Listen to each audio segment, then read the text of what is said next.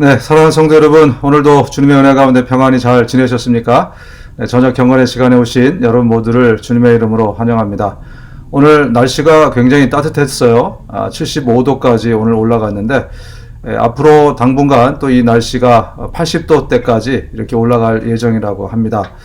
1월 중순인데 이상 기온 때문에 아마 80도까지 이렇게 올라가는 것 같습니다. 어쨌든 이제 밤낮으로 기온차가 심하기 때문에 또 건강에 더욱 유의를 하셔야 될 것 같습니다. 몇 가지 또 소식 전해드리자면 LA 카운티, 오렌지 카운티 이 보건국들이 동시에 발표를 했는데요. 이제 65세 이상 주민을 대상으로 코로나19 백신 접종이 곧 시작이 될 것이다 이렇게 밝혔습니다. 아마 24시간 안에 곧 실행이 될 것으로 예측이 되고 있는데 심각한 질병을 가진 사람이나 또 연장자들을 대상으로 먼저 이렇게 실시할 거라고 밝혔습니다.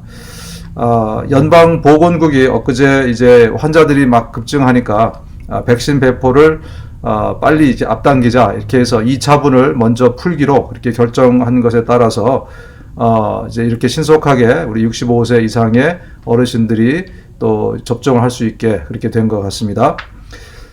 한편 북가주에서는 코로나19 사태가 조금씩 개선이 되는 반면에 남가주에서는 오히려 악화되는 상황이 벌어지고 있다고 LA 타임즈가 보도했습니다. 그래서 어제 게빈 뉴섬 주지사가 북가주 이 세크라멘토 권역에는 스테이 at home 명령을 지금 해제를 시켰습니다. 그런데 반면에 LA 카운티를 보니까 코로나19 사망자가 318명이 또 보고가 됐는데요. 지난주 금요일에 역대 두 번째 최다치를 갈아치웠다라고 얘기하고 있습니다. 또 신규 감염자 수도 14,134명으로 증가세를 보이고 있다고 합니다. 이게 꺾일 기세가 보이지 않아서 지금 참 계속 위험한 상태로 가고 있습니다. 한편 오하이오 주에서는요, 새로운 신종 바이러스의 이 변이가 발견이 됐다 이렇게 보도가 됐네요. 최근에는 영국하고 또 남아공에서 변이가 발견이 돼서 전 세계가 다시 또 비상이 걸렸는데 이번에는 거기서 온 게 아니라 미국 자체에서 이 변이가 발생한 것으로 그렇게 나타났습니다. 영국하고 남아공과 마찬가지로 전염력이 강하지만 백신 효과를 떨어뜨릴 수 있다는 증거는 아직 나오지 않았다. 이렇게 또 보도가 나왔습니다. 어쨌든 참 이제 어떻게 보면 정점에 저희가 지금 있기 때문에 더욱더 이 코로나19 바이러스에 좀 조심해야 될 것 같습니다. 가만 보니까 이제 점점 가까운 사람들, 우리 주변에 알고 있는 사람들에게까지 이게 침투해오고 있어서 정말로 계속 조심해야 되지 않겠나 생각이 됩니다. 네, 오늘은 수요일입니다. 주일날 우리 주님이 우리에게 주신 말씀을 다시 한번 묵상하면서 또 은혜 받는 시간을 가져보도록 하겠습니다. 오늘 스테반이 순교하기 바로 전에 마지막 설교 부분과 또 스테반의 이 순교하는 장면들을 좀 살펴보려고 하는데요. 지난 우리가 한 3주 정도 이제 그 스테반의 설교에 있는 내용들을 가지고 한번 살펴봤습니다. 이제 스테반의 설교의 마지막 부분입니다. 오늘 이 스테반의 설교의 마지막 부분을 통해서 성령께서 저와 여러분들에게 주시는 그 음성들을 좀 듣고 이 해는 정말로 우리가 하나님 앞에 많은 열매를 맺어드릴 수 있는 그런 한 해가 좀 되었으면 좋겠습니다. 본문으로 돌아가면 7장 51절입니다. 목이 곧고 마음과 귀에 할례를 받지 못한 사람들아, 너희도 너희 조상과 같이 항상 성령을 거스르는도다. 스테반이 이제 곧 있으면 자기를 향해서 돌을 던질 그 사람들에게 선포합니다. 너희들이 교만해서 너희들의 조상들처럼 교만해서 목이 곧고 그리고 마음과 귀에 할례를 받지 못해서 성령을 회방하고 있다. 성령을 거스르고 있다. 아주 강력하게 꾸짖고 이렇게 선포를 하고 있습니다. 그러므로 너희는 마음의 할례를 행하고 다시는 목을 곧게 하지 말라. 신명기에 있는 말씀입니다.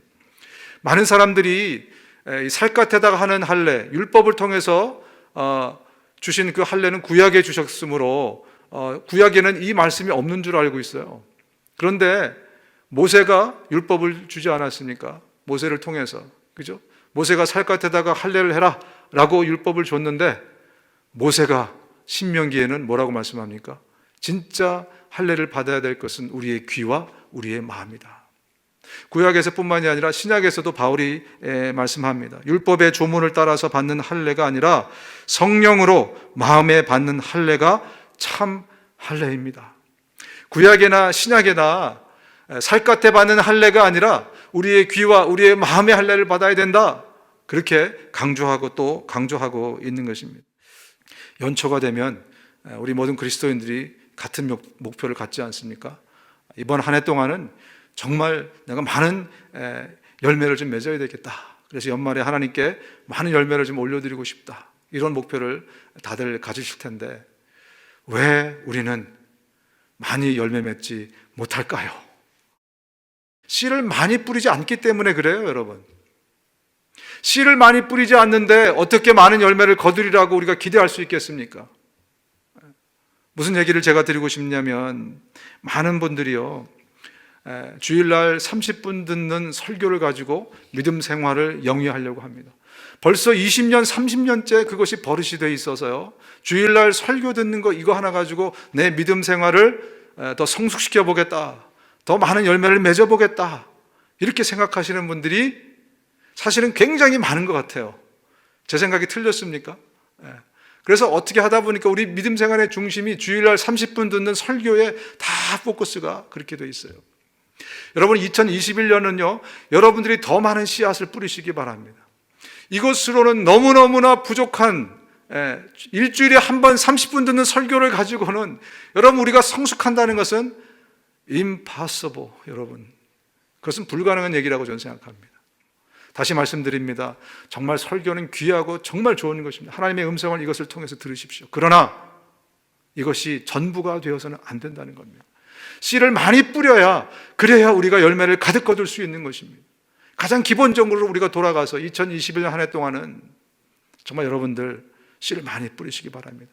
우리 공동체가 드리는 이 주일 예배, 대예배도 성공하시고, 그리고 개인이 여러분 각자가 드리는 하나님의 말씀 앞에서 드리는 그 예배도 성공하실 수 있으시기를 바랍니다. 그래야 우리가 자라갈 수 있어요. 말씀을 다시 들어가면 55절, 56절입니다. 스데반이 성령 충만하여 하늘을 우러러 주목하여 하나님의 영광과 및 예수께서 하나님 우편에 서신 것을 보고 말하되, 보라, 하늘이 열리고 인자가 하나님 우편에 서신 것을 보노라. 지금 스데반의 이 죽음의 장면이 굉장히 상세하게 묘사가 되어 있거든요. 근데 여러분, 성경을 잘 보시면 아시겠지만 어떤 한 인간의 죽음을 이렇게 상세하게 묘사한 데가 한 군데도 없습니다.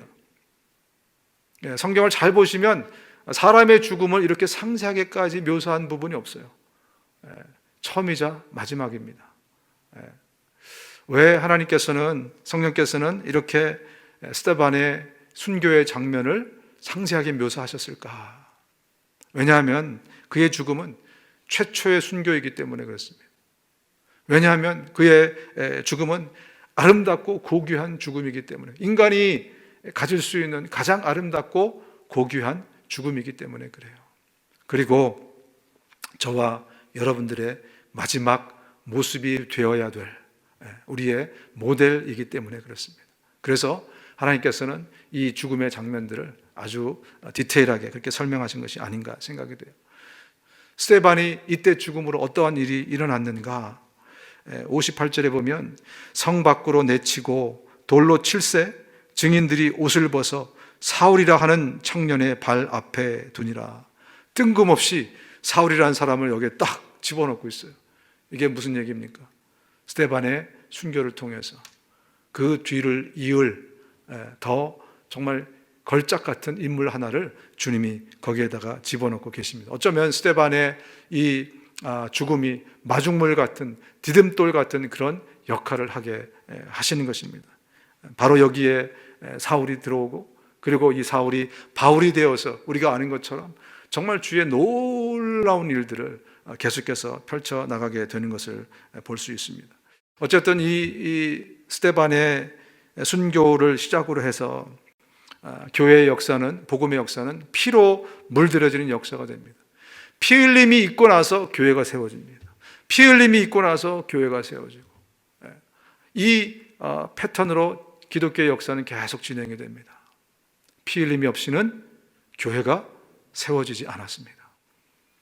교회된 내가 지금 이 자리에 서 있는 것은요, 누군가의 피 흘림 때문에 우리가 이 자리에 있는 것입니다. 다시 말씀드리면 내가 피 흘리지 않으면 여러분 절대로 한 영혼을, 한 생명을 살릴 수가 없어요. 이것은 하나님이 무리 위에서 밑으로 떨어지는 것처럼, 모든 교회를 볼 때 모든 교회가 피 흘림 위에서 쓴 것처럼 내가 피 흘리지 않으면 하나님께 절대로 한 영혼을 올려드릴 수 없다는 것을 말씀해 주고 있는 거예요. 우리가 정말 이 한 해 동안에 하나님께 정말 한 생명을 올려드리기 위해서는 내가 죽지 않으면 안 돼요. 이것이 전제 조건입니다. 내가 죽으면 됩니다. 내가 죽으면 새 생명이 태어나요. 이거는 예수님이 개런티 하신 것입니다. 왜냐하면 예수님이 그랬기 때문에 우리를 위해서 죽으신 거예요. 그 자신이 죽어야 우리가 살 수 있기 때문에, 이 방법을 통하지 않고는 새 생명이 탄생할 수 없기 때문에, 그래서 말씀합니다. 같이 한번 읽어볼까요? 요한복음 12장 24절입니다. 요한복음 12장 24절 시작. 내가 진실로 진실로 너에게 이르노니 한 알의 밀이 땅에 떨어져서 죽지 아니하면 한 알 그대로 있고 죽으면 많은 열매를 맺느니라. 죽었기 때문에 새 생명이 탄생하느니라. 고로 내가 너희들을 위해서 죽느니라. 이 말씀을 하고 있는 겁니다. 이것은 영적인 법칙이라 우리는 다른 길을, 이 잔 위에 다른 잔을 내게 주옵소서 이렇게 기도할지 모르지만 주님이 말씀하십니다. 다른 잔은 없다. 내가 죽어야, 내가 순교해야, 그래야 새 생명을 낳을 수 있습니다. 우리가 목숨을 바치겠다는 곳은, 우리의 목숨을 다해서 우리가 섬기겠다는 분은 바로 우리 하나님이고 영원한 것이 아니겠습니까? 잠시 있을 세상의 것이 아니라 영원한 것에 우리가 목숨을 바치면, 그러면 영원히 남는 것입니다. 그리고 오히려 주님이 이렇게 말씀하십니다. 마지막 절인데 마지막 절도 같이 한번 읽었으면 좋겠습니다. 마지막 절입니다. 마태복음 16장 시작. 누구든지 제 목숨을 구원하고자 하면 잃을 것이요 누구든지 나를 위하여 제 목숨을 잃으면 찾으리라. 우리가 주를 위해서 순교하고 죽으면 주님이 그 목숨을 영원한 목숨으로 대신 갚아주시겠다는 겁니다. 우리가 이러한 자세로 살아갈 때 2021년을 출발하고 순교자의 마음으로 살 때 연말에 정말 수많은 영적인 열매를 가득 안고 주님을 만날 수 있으리라고 생각이 됩니다. 네, 함께 기도하겠습니다. 하나님 아버지, 우리의 귀와 우리의 마음에 주님 할례받게 하옵소서. 은혜가 넘치게 하여 주옵소서. 우리의 귀가, 우리의 마음이 복된 마음과 귀가 되게 하여 주옵소서. 하나님, 우리가 이 2021년을 살아갈 때 순교자의 자세로 순교자의 삶을 살아갈 수 있도록 하나님 은혜를 더하여 주시고, 정말 죽도록 충성하는 우리에게 생명의 면류관을 주님이 예비해 주실 줄로 믿습니다. 감사드리고 예수님의 이름으로 기도합니다. 아멘. 네, 어제 제가 이번 주에 출애굽기 강해가 있다고 했는데 제가 날짜를 잘못 알았습니다. 이번 주가 아니라 그 다음 주에 출애굽기 바이블 아카데미 편이 있겠습니다. 이를 위해서 계속 여러분 기도해 주시기를 또 부탁드리겠습니다. 저는 내일 이 시간 여러분 다시 찾아뵙겠습니다. 감사합니다.